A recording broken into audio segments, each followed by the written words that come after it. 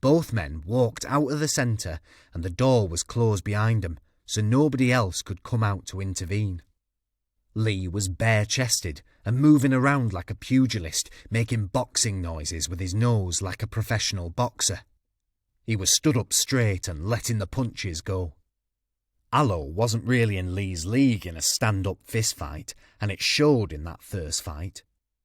From the people I've spoken to who were there that night, it was obvious to all that Lee really did a number on David Allison once again. Don't forget that only a few months before, Lee had been shot twice, once in the knee and once in the foot, so he had a bit of a limp and wasn't as nimble on his feet as he may have once been.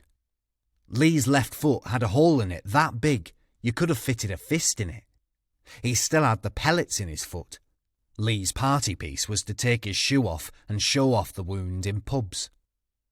Still, Lee did a demolition job on his one-time friend, and David Allison must have thought he was surrounded by the way Lee was letting go with some crisp, sharp and lightning-fast combinations, and Aloe was knocked to the ground several times. David Allison is a man you'd need to nail to the floor to stop him coming back for more. People have said he was the Boro frontline's #1 fighter, and he wouldn't give up against Lee. He was like Michael Myers in them Halloween movies. Even though you may have floored him several times, he'd come back for more like a dog who didn't know better. People inside had got wind of the commotion and had started to come out of the centre by this time, and at some point towards the end of that first fight, Lee was stabbed in his back by, it is widely believed, an associate of Aloe's called Lee King. The wound wasn't life-threatening, but it was enough to get Lee off Aloe when he'd been banging Aloe's head off the floor. It's said Mark Hartley broke up that first fight.